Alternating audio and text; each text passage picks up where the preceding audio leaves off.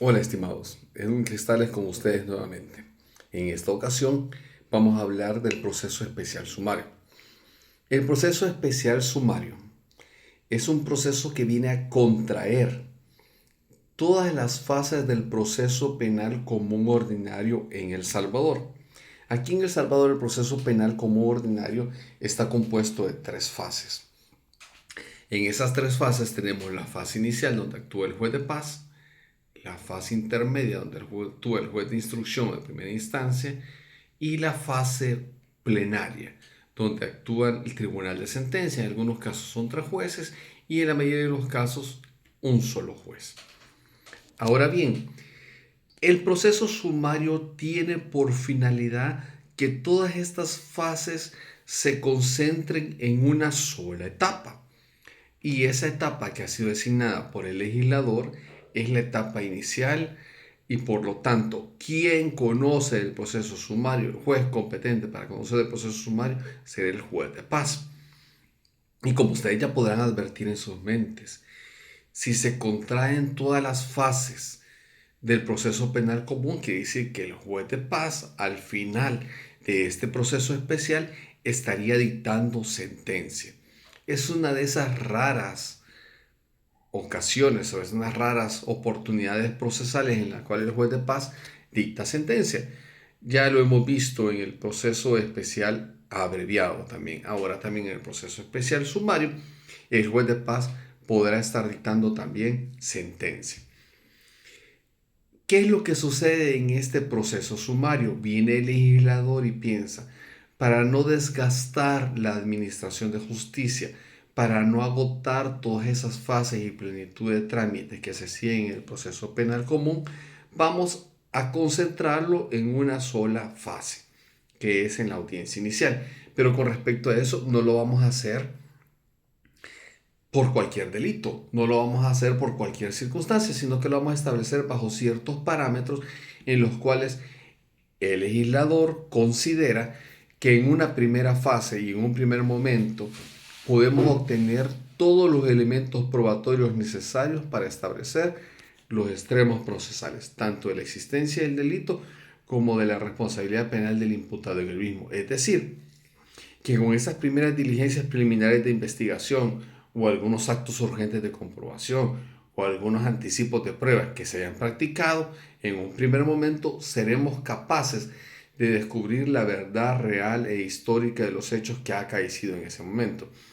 Si ustedes piensan que son las diligencias preliminares de investigación, que son los actos urgentes de comprobación, que es el anticipo de prueba, ya he creado un video explicando detalladamente en qué consiste cada uno de ellos, sus diferencias y semejanzas, así que lo pueden ver posteriormente.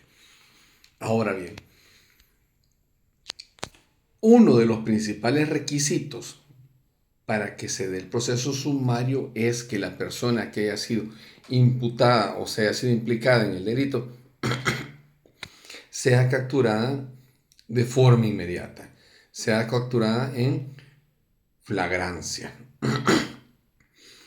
Infraganti quiere decir que haya sido capturada de forma inmediata la persona.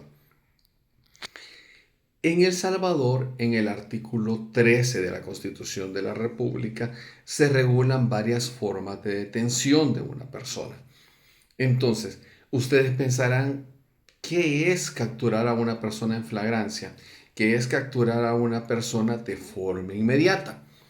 El artículo 13 de la Constitución de la República de El Salvador establece que capturar a una persona infraganti es capturarla inmediatamente a la comisión de un delito. El Código Procesal salvadoreño viene a desarrollar esta norma y viene a establecer dos formas de flagrancia, una inmediata y una mediata. En la inmediata, los agentes captores o la persona que realiza la captura de esta persona implicada en un hecho delictivo presencia la comisión del delito y le da persecución directa al imputado. Es decir, que la persona que captura al imputado lo persigue y no lo pierde de vista. Es decir, que tiene una percepción sensorial en todo momento de la persona que ha cometido el hecho delictivo. Como ustedes podrán darse cuenta, este primer requisito de captura infraganti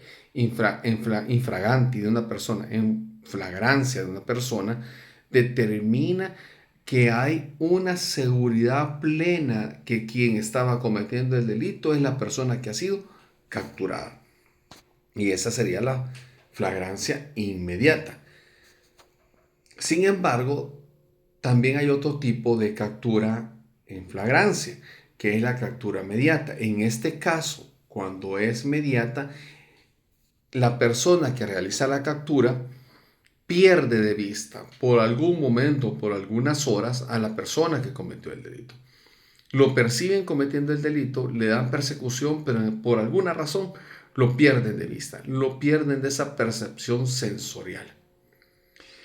Y posteriormente a esta persona lo capturan dentro de las 24 horas de haberse cometido el delito y lo capturan con objetos o con bienes que son provenientemente afectados por la comisión del delito que realizó este imputado.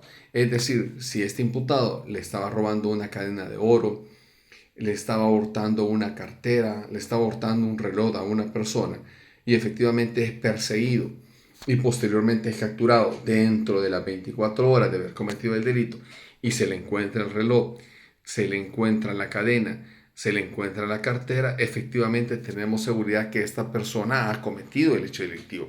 A esa se le llama captura en flagrancia mediata. El legislador va regulando varias formas de detención. Ya explicaré posteriormente en otro video porque hay una detención por el término de inquirir y una detención provisional, que están reguladas también en el artículo 13 de la Constitución de la República y está desarrollada por el Código Procesal Penal. Pero ya serán objeto de otro video. La finalidad de explicarles en qué consiste esa captura inmediata es que ustedes puedan atender y entender de forma clara que si a esta persona se le ha capturado de esa manera, se tiene claridad, se tiene certeza con respecto al hecho de que esa persona fue la que cometió el delito porque se le encontraron objetos, se le capturó dentro de las 24 horas o porque se le capturó de forma inmediata y bajo una percepción sensorial de las personas que realizaron la captura y se le encontraron los efectos de la comisión del hecho delictivo. Es decir, que en esas primeras diligencias de investigación seremos capaces de recabar todos los elementos que son necesarios para tener certeza de la existencia del hecho delictivo y de la responsabilidad penal del imputado que tienen el mismo. Ahora bien, habiendo recabado esas circunstancias que por lo general serán las siguientes: acta de captura, entrevista de agentes captores. Tanto en el acta de captura como en la entrevista de los agentes captores debe hacerse constar que efectivamente esta persona fue capturada de forma inmediata, que lo vieron cometiendo el delito. Hay algo muy interesante porque esta captura en flagrancia no necesariamente tiene que ser realizada por un agente de autoridad de la Policía Nacional Civil aquí en El Salvador, o por un efectivo militar, o por una persona que tenga capacidad para hacer la captura, sino que puede ser realizada incluso por cualquier particular. Así que esta captura es realizada por cualquier persona. Bajo ese punto de vista, nosotros vamos a tener esa seguridad plena de que esa persona realizó el hecho delictivo y es responsable del mismo. Eso se hará constar en el acta de captura del imputado y se hará constar en la entrevista de los agentes captores o en la entrevista del vigilante de un centro comercial o de un vigilante de seguridad privada o de la persona particular que efectivamente realizó la captura. Entonces, tendremos esos primeros dos elementos, por llamarlos así: acta de captura, entrevista de la persona que realizó la captura, en algunos casos efectivos de la Policía Nacional Civil, algún agente de seguridad privado o incluso un particular. Posteriormente deberíamos de recabar de forma inmediata también en ese plazo de tiempo como diligencia preliminar de investigación la entrevista de la víctima o la entrevista del ofendido y de esa manera corroborar efectivamente los datos que constan en el acta de captura y que los agentes captores han hecho relación en sus entrevistas. De esa manera ya tendremos de forma concatenada, uniforme y armónica lo que son los elementos que arroja el acta de captura, que arroja la entrevista a los agentes captores, la entrevista a la víctima y ofendido. Y podremos ir creando lo que es una identidad de hecho, una identidad de lugar, una identidad de hora y una identidad de personas con respecto al momento en que se cometió el hecho delictivo. Entonces, esta es la razón por la cual es creada el proceso sumario. Porque seremos capaces de obtener de forma inmediata, fácil y rápida todos los elementos probatorios, que hasta el momento no son elementos probatorios, circunstancias que explico en el video de la prueba, diligencias preliminares de investigación, actos sujetos de comprobación y anticipo de prueba. Tendremos los elementos probatorios posteriormente para poder llegar a la verdad real e histórica de los hechos. Entonces, de esa manera comienza el proceso sumario. De esa manera viene la Fiscalía General de la República y dice, bueno, efectivamente el legislador, nos encontramos ante alguno de los delitos que el legislador ha contemplado que se puede aplicar el proceso sumario, tenemos las diligencias preliminares de investigación suficientes para probar los extremos procesales, iniciemos el proceso sumario. Hace un momento yo les mencionaba que hay ciertos delitos que el legislador ha señalado para poder iniciar el proceso sumario. El legislador en este caso contempla la posesión y tenencia de drogas, artículo 34 de la ley reguladora de las actividades relativas a las drogas, pero el artículo 34 tiene 3 incisos. En este caso el legislador solamente se refiere al primer inciso. También el legislador contempla otros delitos como el hurto, otros delitos como la conducción peligrosa de automotor o vehículo, y así sucesivamente. Son delitos que hasta cierto punto tienen una trascendencia bastante baja en lo que es la afectación de su comisión a la sociedad salvadoreña, y por esa razón son seleccionados. Pero sobre todo no es tanta la selección de este tipo de delitos, sino la facilidad de obtener los elementos probatorios de forma inmediata para llegar a la verdad real histórica de los hechos, como les mencioné antes. Solo hay ciertas excepciones, porque si estos delitos son cometidos por crimen organizado, por grupos pandilleriles, viene el legislador y dice, momento, para estos casos donde hay un crimen organizado, donde hay grupos pandilleriles, ya son considerados delitos especializados. Y entonces el legislador no los retoma de esta manera porque necesita tener una investigación mucho más larga, una investigación con plenitud de trámites, con la finalidad de poder recabar más información y poder llegar a las estructuras bases de las personas que cometen estos delitos. Por esa razón el legislador deja bajo esa circunstancia el hecho de que los grupos pandilleros y crimen organizado no pueden ser objeto de un proceso sumario, porque simplemente estaríamos recopilando información de una persona cuando tendríamos la oportunidad de llegar a las estructuras bases de este tipo de delitos. Bueno, volviendo a la estructura del proceso especial sumario. Como les dije, solamente se realiza en la fase inicial o lo que es el juez de paz, hasta la audiencia inicial.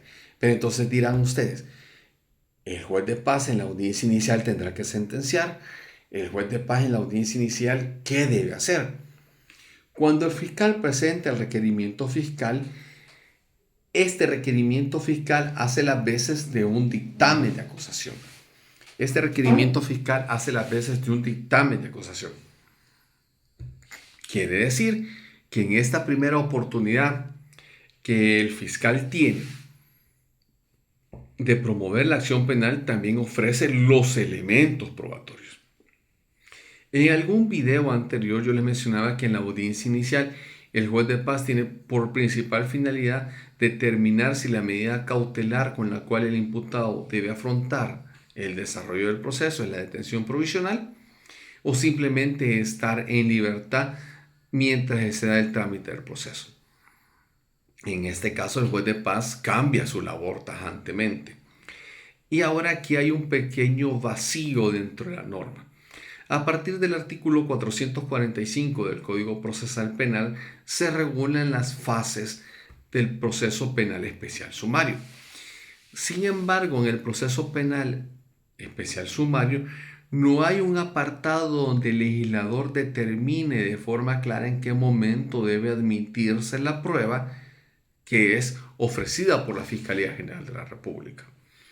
Algunos jueces de paz son del criterio que como el requerimiento fiscal ofrece los elementos probatorios, será en la audiencia inicial donde estos son admitidos o rechazados. Mientras que otra corriente, otros funcionarios judiciales, consideran, momento, mantengamos la finalidad principal de la audiencia inicial. Vamos a determinar si hay detención provisional o no para la persona. Y posteriormente vamos a señalar una audiencia especial en la cual vamos a admitir o no los elementos probatorios que la Fiscalía General de la República ofrece. Independientemente sean admitidos en la audiencia inicial o posteriormente en una audiencia especial, lo que sí es claro es que todos los jueces de paz deben de señalar una posterior audiencia. Y esa posterior audiencia es similar a una vista pública. Por lo tanto, ustedes pueden advertir ahora cómo en un periodo de tiempo muy corto el juez de paz recibe el requerimiento fiscal. Lo admite o rechaza. Habiéndolo admitido, el juez de paz señala la celebración de una audiencia inicial. Algunos jueces de paz en esa misma audiencia inicial admiten los elementos probatorios que han sido ofrecidos por la Fiscalía General de la República. Otros jueces de paz simplemente se circunscriben a determinar si es procedente la detención provisional o no de la persona implicada en los hechos delictivos. Posteriormente señalan una audiencia especial y en esa audiencia especial admiten o no los elementos probatorios. Y posteriormente señalan a una vista pública. Ahora bien, hace un momento yo les mencionaba a ustedes que la Fiscalía ofrece los elementos probatorios en el requerimiento fiscal. Si bien es cierto, los ofrece en el requerimiento fiscal, el juez de paz en esa audiencia inicial los puede admitir o no. Lo que sí es bien cierto es que debe pronunciarse con respecto a la detención provisional. Y aquí hay algo bien curioso. La detención provisional es una medida cautelar que tiene por finalidad mantener al imputado anuente, mantener al imputado presente para que pueda responder penalmente a las sanciones que se le puedan imponer por el hecho delictivo que ha cometido. Esta excepción en los procesos especiales sumarios se vuelve casi que una regla general, porque al ser un proceso tan corto, resulta en la mayoría de los casos muy inoficioso que el imputado se mantenga en libertad. Ojo, no estoy diciendo que por siempre y para siempre una persona debe estar en detención provisional, ya que una persona puede demostrar la existencia de ciertos arraigos domiciliares, arraigos familiares, arraigos laborales, y en algún dado caso algunos jueces toman en cuenta arraigos sociales. Los arraigos domiciliares para determinar efectivamente que esa persona vive en un determinado lugar.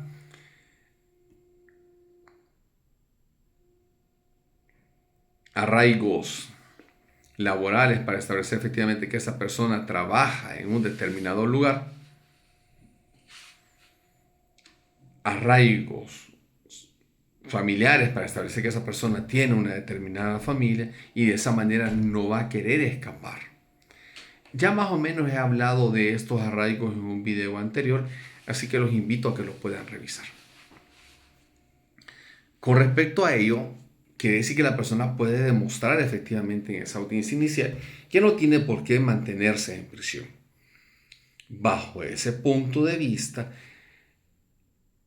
no es la regla general siempre que la persona se mantenga en prisión, pero en estos procesos sumarios casi que de forma regular ocurre eso. Por lo que yo les mencionaba, parece inoficioso que la persona se mantenga en libertad si efectivamente debe responder penalmente por los hechos que ha cometido.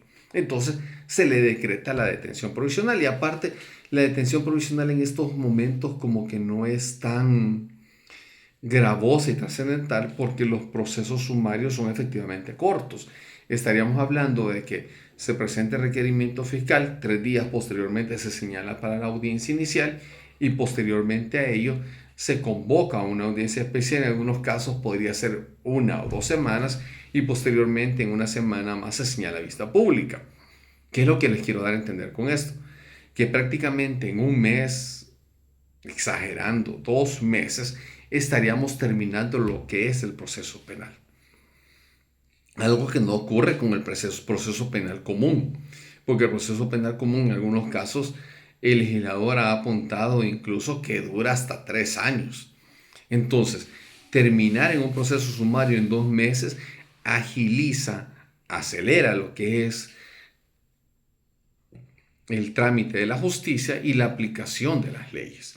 Y de esa manera también descongestiona de alguna forma a los tribunales de sentencia y a los tribunales de primera instancia.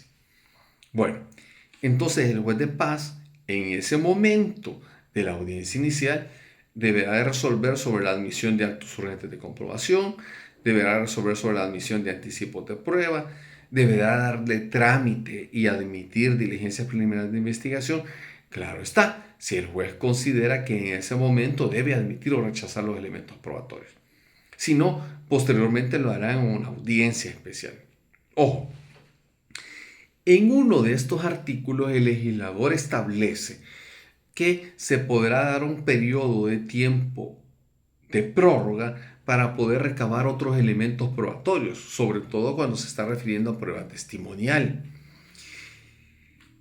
Pero ustedes pensarán, ¿por qué vamos a recibir otros elementos probatorios? ¿Por qué vamos a recibir otra prueba testimonial si efectivamente en un primer momento, de una forma inmediata, hemos recabado todas las diligencias preliminares de investigación que nos ayudan a llegar a la verdad real e histórica de los hechos investigados? Es por lo siguiente, el legislador entiende que de alguna manera pueden existir elementos probatorios nuevos. El legislador comprende que de alguna manera pueden existir elementos probatorios que no hayan sido obtenidos de forma inmediata y que puedan servir para llegar a la verdad real e histórica de los hechos. En este caso, pareciera incluso más lógico que estos elementos probatorios sean los que ofrece la defensa del imputado o el imputado mismo. Sean los que ofrece la defensa del imputado o el imputado mismo, y estos tengan por finalidad crear algún tipo de controversia o refutar la versión creada por la víctima y los agentes o las personas que realizaron la captura de este imputado. Es decir, que estos elementos probatorios podrían ser siempre testigos que hayan presenciado el hecho. Porque también el proceso sumario no podía prestarse para inventar versiones en contra de una persona determinada. Es por esa razón que se crea esta oportunidad procesal para que el imputado y su defensa, según mi criterio muy personal, puedan presentar testigos y de esa manera refutar o controvertir la versión que Fiscalía está promoviendo, la versión que Fiscalía tiene conocimiento, por lo que la víctima y las personas que capturaron al imputado o los agentes de seguridad que lo capturaron o la autoridad de la Policía Nacional Civil está vertiendo en su contra. Quiere decir que se presente requerimiento fiscal. Juez señala para audiencia inicial. En algunos casos decreta la detención provisional y en audiencia especial admite o no los elementos probatorios. En este lapso ya se ha practicado anticipos de prueba, se han practicado actos urgentes de comprobación que el juez debió haber autorizado en la primera audiencia inicial, para que en este periodo de tiempo puedan ser incorporados y posteriormente admitidos o rechazados. De esa forma cobra como que un poco de mayor relevancia, quizás el criterio de algunos jueces de paz, de señalar una audiencia especial. Porque si hay anticipos de prueba y si hay actos urgentes de comprobación que deben ser autorizados, serán autorizados en esa audiencia inicial y posteriormente serán incorporados al proceso y ofrecidos al proceso en lo que es aquella audiencia especial. Quizás ahí tendría como que un poco más de lógica lo que mencionan algunos jueces de paz. Y por esa razón los jueces de paz señalan la audiencia inicial y posteriormente la audiencia especial. Sin embargo, las otras personas o los otros funcionarios judiciales que en audiencia inicial están admitiendo los elementos probatorios, tendrían en algún caso que señalar una audiencia especial para admitir o rechazar esos elementos probatorios que son actos urgentes de comprobación, anticipos de prueba que no fueron practicados hasta la audiencia inicial y que necesitaban la autorización del juez de paz. Quizás de alguna manera cobra mayor eficacia y es mucho más eficiente el criterio de esos jueces de paz de señalar la audiencia inicial y posteriormente una audiencia especial para recabar esos elementos probatorios. Lo que bien sí es cierto es que una vez habiéndose admitido los elementos probatorios, pasamos a una fase de vista pública. Aquí es bien interesante porque el proceso especial sumario no tiene reglas claras de cómo se va a desarrollar esta vista pública. No establece un procedimiento especial con respecto al desarrollo de esta vista pública. Y por lo tanto, el mismo artículo 450 del Código Procesal Penal actúa como una norma de remisión interna.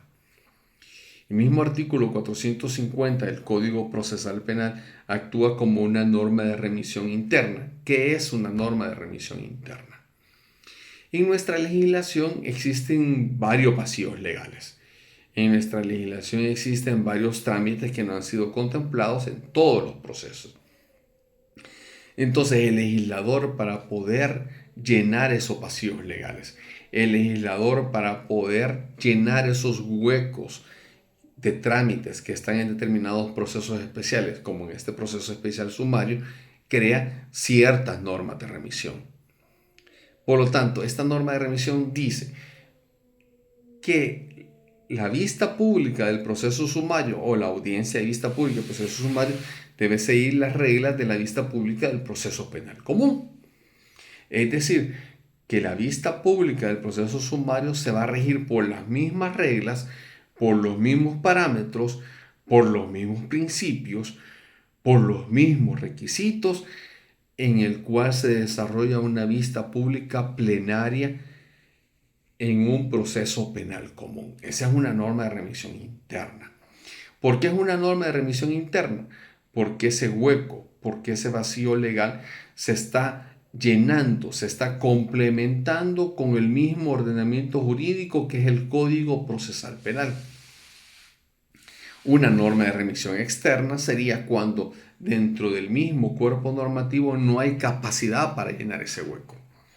Cuando el legislador no ha contemplado la posibilidad de que con esa misma norma, con esa misma legislación, con ese mismo Código Procesal Penal, se pueda llenar ese hueco. No existe esa posibilidad. Entonces viene el legislador y se aboca a otra norma. Y esa norma de remisión externa por excelencia para todo el ordenamiento jurídico salvadoreño lo encontramos en el artículo 20 del Código Procesal Civil y Mercantil, el cual señala de forma efectiva que cuando hay un trámite que no está contemplado en el ordenamiento jurídico de cualquier otra rama del derecho que no sea procesal civil y mercantil, nos debemos abocar al Código Procesal Civil y Mercantil para poder extraer de esa norma los requisitos, las circunstancias necesarias para poder llenar el vacío o el hueco legal que tenemos. Ahora bien, entonces, esta vista pública del proceso especial sumario debe ser muy similar a una vista pública del proceso penal común. Por lo tanto, deben cumplirse todos los requisitos y deben hacerse valer todos los principios que se hacen valer en una vista pública. Principio de oralidad, principio de concentración, principio de inmediación, por mencionar algunos, principio de publicidad, por mencionar algunos. Es decir, que en la vista pública del proceso especial sumario deben haber ciertas fases, como un alegato inicial de fiscalía y de defensa. Debe haber una declaración indagatoria del imputado. Claro está, El hecho de que el imputado rinda o no declaración indagatoria es una potestad del propio imputado. Declaración indagatoria que debe haber sido preguntado que el imputado si quería vertirlo en la audiencia inicial o incluso en esta vista pública. La declaración indagatoria del imputado no tiene límites. Puede ser solicitada en cualquier momento del proceso. Claro está, antes de que exista sentencia. En la audiencia inicial se le llama propiamente declaración indagatoria porque permite a la Fiscalía General de la República, permite a la defensa obtener elementos o recabar ciertas circunstancias para poder verificar si la versión del imputado es cierta. Por eso se le llama indagatoria, porque de esa manera nosotros tenemos la capacidad de indagar, de investigar efectivamente que la versión que el imputado nos está trayendo a cuenta es o no cierta. Entonces, cuando llegamos a la vista pública del proceso sumario o llegamos a la vista pública del proceso penal común, ya no tendremos esa capacidad de investigación, porque la fase de ofrecer elementos probatorios, la oportunidad que tenía el imputado y la defensa para decir aquí están mis elementos de prueba y de descargo, ha precluido. Y estas fases al precluir extinguen el derecho probatorio que tenía tanto la defensa y el imputado para demostrar su versión. Por lo tanto, cuando llegamos a la vista pública, esta ya no se llama declaración indagatoria del imputado, sino que simplemente es la declaración del imputado. Porque de esa manera ya no tendremos aquella fase en la cual nosotros podemos estar investigando qué es lo que el imputado nos ha mencionado.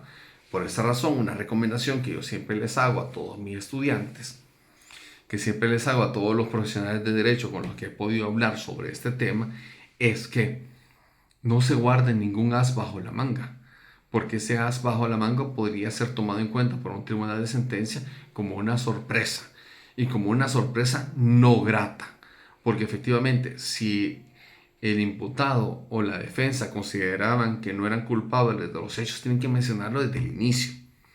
Y desde el inicio sacar ese as de la manga para que pueda ser investigado, porque ese as bajo la manga podría ser rebatido o refutado, no necesariamente tiene que ser tomado por cierto y darle credibilidad o fehaciencia, sobre todo cuando no se ha tenido la oportunidad de investigar dicho as bajo la manga. Bueno, entonces volviendo al desarrollo de la vista pública en el proceso sumario, alegato inicial, Fiscalía Defensa, declaración del imputado, alguna etapa incidental, y en este momento comenzamos con el desarrollo de la prueba, comenzamos con el desarrollo de los testigos. A los testigos se les pregunta por medio de un interrogatorio directo, por medio de un contrainterrogatorio, igual a la víctima. Entre la víctima y testigos hay una pequeña diferencia, que es el principio de sospecha de parcialidad, porque la víctima tiene un interés, los testigos no. Por lo tanto, la víctima no es juramentada, los testigos sí. Pero todas estas incidencias que les estoy mencionando ahorita ya les explicaré en un video posterior, donde estaré hablando del desarrollo de la vista pública y las técnicas de oralidad que ustedes deben de manejar para realizar un interrogatorio directo y sobre todo para realizar un contrainterrogatorio. También les explicaré cuáles son las fases y requisitos que debe cumplir un alegato inicial y lo que debe cumplir un alegato final. Entonces, recapitulando, alegato inicial fiscalía, alegato inicial defensa, declaración del imputado, etapa incidental, producción de prueba testimonial o producción de la prueba de la víctima. Se le hace un interrogatorio directo, se le hace un contrainterrogatorio. Al terminar la producción de esta prueba, también se incorporan los elementos probatorios documentales o periciales por medio de su lectura. Y de esa manera, haberse desarrollado todos los elementos probatorios, mencioné documental pericial porque son como que los más comunes, pero ya ustedes saben que también hay otros elementos probatorios que podrían ser incorporados al proceso, los cuales mencioné en el video correspondiente a las diligencias preliminares de investigación, actos sujetos de comprobación y anticipo de prueba. Entonces, habiendo concluido eso, llegamos a lo que es el alegato final. Y después del alegato final viene el juez a sentenciar. Pueden darse cuenta ustedes cómo de una forma muy sagaz, rápida y veloz, el proceso sumario agotó todo lo que tenía que ser considerado en el proceso penal común. Y de esa manera llegamos a una sentencia, que es una forma normal de terminar el proceso. Es una forma normal de terminar el proceso penal común y es una forma normal de terminar el proceso especial sumario. Sentencia que obviamente puede ser objeto de apelación y posteriormente objeto de casación. Ahora bien, si ustedes se dan cuenta, el proceso sumario ha concentrado todo en el juez de paz y aquí quiero hacerles una aclaración. Hay un proceso especial por faltas donde el juez de paz también pone algo parecido a una sentencia. Pero en ese proceso especial por faltas, cuando hay apelación, el proceso se remite a instrucción. Se remite a primera instancia porque es considerado por el legislador en ese momento como el superior jerárquico al juez de paz, pero en verdad no lo es. Porque tanto el juez de paz como el juez de primera instancia o de instrucción como el juez de sentencia se encuentran en la misma línea, en el primer nivel, se encuentran en esa primera instancia. El tribunal superior para ellos siempre es el tribunal de apelaciones, que será la cámara de lo penal correspondiente. Por lo tanto, la sentencia que sea dictada de un proceso especial sumario debe ser conocida en apelación por la cámara. Hago esta aclaración porque sería muy fácil perderse. Sería muy fácil intentar pensar que la apelación llega a primera instancia o al tribunal de instrucción, pero no es así. Eso ocurre solo en el juicio especial por faltas. En el proceso especial sumario, que es una sentencia, esa sentencia debe ser conocida en apelación por cámara, bajo los parámetros que ya el legislador establece. Ahora bien, pareciera que en este proceso sumario, con todos los elementos probatorios inmediatos que se han recabado, debería haber una condena. Quiero dejarles a ustedes en su mente algo. El hecho de que haya realizado estos videos en cierto orden es porque espero que ustedes ya hayan podido observar desde la suspensión condicional del procedimiento. Ahora les pregunto yo a ustedes en su mente, ¿podría en un proceso sumario aplicar la suspensión condicional del procedimiento? Y pues les puedo decir algo, aquí en El Salvador, en mi hermoso El Salvador, existe un aforismo jurídico de lo que no está prohibido por el legislador está permitido. Y entonces no hay ningún artículo, no hay ninguna norma que prohíba la aplicación de una salida alterna en un proceso especial sumario. Una salida alterna hasta ahorita, la única que hemos visto ha sido la suspensión condicional del procedimiento, pero existe también la conciliación. Podría darse una conciliación también. Y para algunos que consideran un sobreseimiento definitivo de una salida alterna, también podría darse un sobreseimiento definitivo, bajo los parámetros que ya expliqué en un video anteriormente. Bajo esa circunstancia, el proceso sumario incluso podría ser hasta más corto, porque una conciliación lo podría agotar en la audiencia inicial. Una suspensión condicional del procedimiento podría ser agotado en la audiencia inicial. Ahora, tomando en cuenta esto, ¿podría darse un proceso abreviado en un proceso sumario? Sí, también podría darse porque el legislador no lo ha prohibido. Podría ser que en esa audiencia inicial del proceso especial sumario el fiscal solicite un proceso abreviado y cambia su naturaleza jurídica tajantemente. También ya he creado a estas alturas un video que habla sobre el proceso abreviado y sus requisitos. Lo que quiero darles a entender que estos procesos especiales y las salidas alternas no tienen por una finalidad contradecirse, refutarse o chocar entre ellos mismos, sino que su finalidad es permitir que se descongestione a la administración de justicia, permitir que los procesos terminen antes de los plazos normales en los cuales estos se están cumpliendo. También quiero hacer una aclaración, ya fuera de tema. Estoy creando estos videos para cumplir con unos requisitos de horas sociales con respecto a una maestría en Derecho Penal que estoy cursando. Y en relación a ello, quiero aclararles que estoy intentando de ser lo más escueto y sencillo posible con respecto a todas las aclaraciones que estoy virtiendo en los mismos. Ya que si bien es cierto, una finalidad es ayudar a estudiantes de Derecho, la otra finalidad es ayudar a los profesionales del Derecho, pero lo principal es que cualquier persona pueda entender mis palabras y pueda entender cómo funcionan estos procesos especiales sin nunca haber tocado un código y sin nunca haber pisado un aula de una facultad de ciencias jurídicas.